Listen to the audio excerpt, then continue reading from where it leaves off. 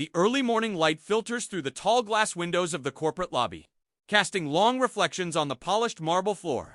The building is quiet, except for the rhythmic squeak of the janitor's mop as he moves steadily, deliberately. He is 51 years old, wearing a faded gray uniform with his name stitched in cursive on the pocket. His face is lined, eyes tired but kind. He pauses for a moment to rub his aching back before dipping the mop back into the bucket of murky water.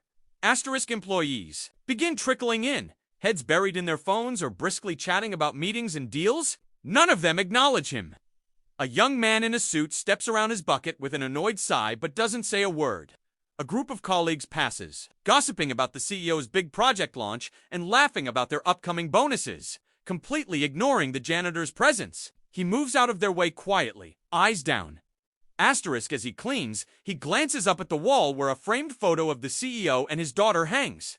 It shows the little girl smiling brightly, holding a ribbon at a company family event. The janitor lingers.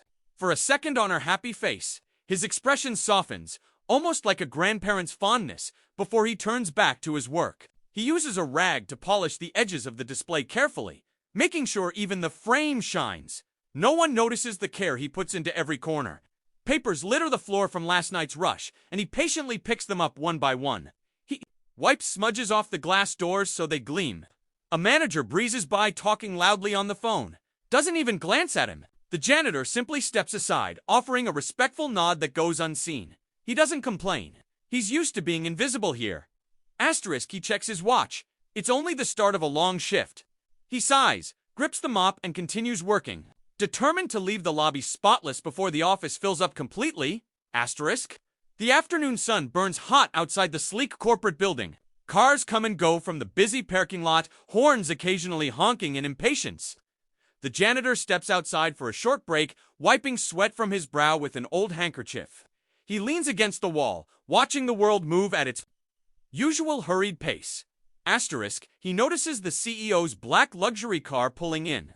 The door opens and the CEO steps out in an expensive suit, checking his watch and barking instructions into his phone. Behind him, his young daughter, maybe 8 or 9 years old, hops out, wearing a bright dress and shiny shoes. She looks excited but restless, twirling around in circles, clearly bored with adult business. The CEO is distracted, talking with security and staff. His daughter tugs at his sleeve, but he waves her off gently, murmuring, "Just a minute, sweetheart." She frowns and pouts, then slips away quietly toward the edge of the lot. The janitor's eyes narrow. He sees her skipping closer to the busy road, oblivious to danger. A delivery truck rumbles nearby, reversing without noticing her. She giggles and spins, completely unaware of the truck's slow but steady movement toward her. Time slows for the janitor. He doesn't think. He throws down his rag and runs, boots slapping against the hot pavement. He shouts once, but the girl doesn't react in time. He lunges forward, grabbing her by the waist and pulling her roughly to the side, just as the truck driver slams the brakes with a loud screech. The little girl is startled, eyes wide and watering. She clings to the janitor's shirt, trembling. He steadies her gently, checking her for scrapes. His breathing is ragged, heart-pounding. In his chest, the truck driver jumps out, apologizing in a panic. Security yells and runs over. The CEO hears the commotion and spins around, alarmed. As people rush toward them, the janitor releases the girl carefully. She sniffles, looking up at him with huge, grateful eyes. He gives her a gentle nod, pats her shoulder reassuringly, then quietly steps back, picking up his rag without saying another word. He melts into the background as the CEO grabs his daughter in relief, completely unaware yet of who saved her life. The crowd quickly forms near the edge of the parking lot, voices rising in confusion and concern. The CEO kneels beside his daughter, holding her tightly as she clings to him, shaken but unharmed. Security and staff buzz around, trying to understand what just happened.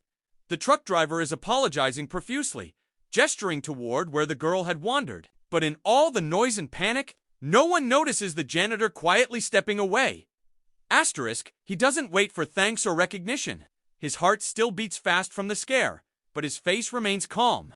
He adjusts his worn uniform and picks up the rag he dropped, brushing off dust from the ground. Without drawing attention, he walks back toward the building, his pace steady, eyes focused on the floor ahead, as if nothing out of the ordinary just happened. Asterisk inside the lobby, the atmosphere remains quiet and cool. He steps through the doors, unnoticed again, just like every other day. He walks slowly to his cleaning cart, parked in the corner, and grips the mop handle with both hands. His fingers tremble slightly, a mix of adrenaline and nerves, but he shakes it off with a deep breath. Asterisk back outside. No one is asking who saved the girl. The CEO is too focused on comforting his daughter. A few employees whisper theories. Did she trip? Did someone grab her in time, but no one knows for sure? The janitor, meanwhile, begins mopping the floor near the glass entrance again. Just like before. Asterisk, as he wipes the same section he had cleaned earlier, he glances up for a second and sees the little girl through the glass still wrapped in her father's arms. Her teary eyes meet his. There's a flicker of recognition. She gives him a small, shaky wave. Asterisk, he doesn't wave back, just offers her a warm, knowing smile. A brief moment. Then he turns back to his work, fading once again into the background, unseen by everyone but the girl. Asterisk, days later, the office is humming with its usual energy. Phones ring, keyboards clack, and employees chatter about deadlines and meetings. But there's a subtle buzz of curiosity in the air.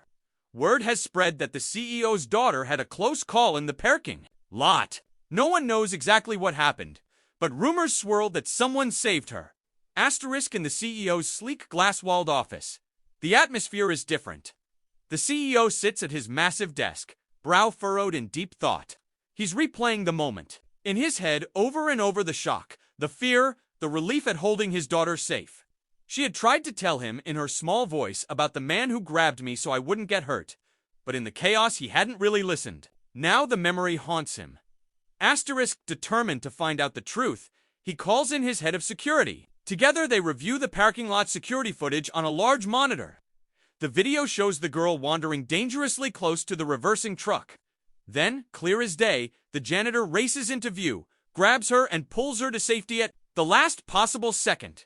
Asterisk, the CEO watches in stunned silence, leaning forward, eyes narrowing. The footage doesn't lie. The old man in the faded uniform didn't hesitate. He risked himself without a second thought, and then, just as striking, he walked away without waiting for thanks. Asterisk, the CEO's throat tightens with emotion. He remembers every time he passed that man without so much as a nod. All the dismissive glances, the thoughtless neglect, guilt twists in his chest. He orders the footage saved and asks security to call in the janitor immediately. Asterisk, meanwhile, outside the office, staff are whispering. Someone leaked what the CCTV showed. It was the janitor, one says in disbelief. He saved her life.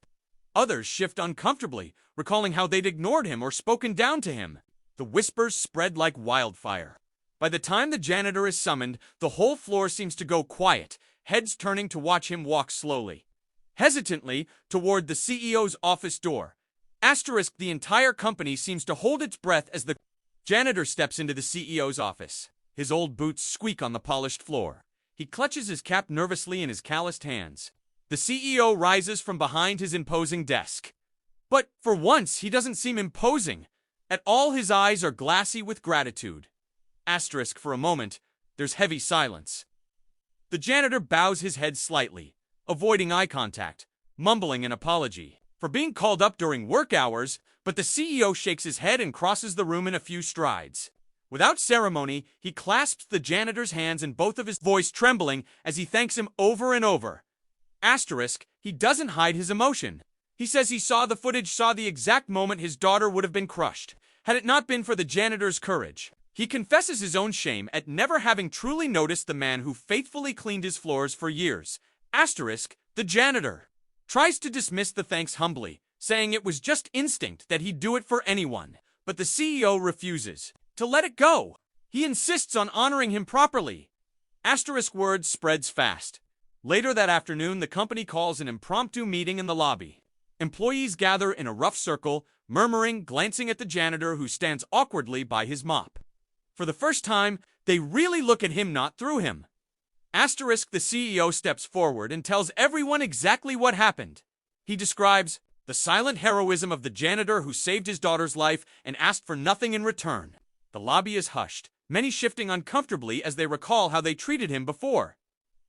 Asterisk, When the CEO asks his daughter to come forward, she does so shyly, holding a small bouquet of flowers in trembling hands.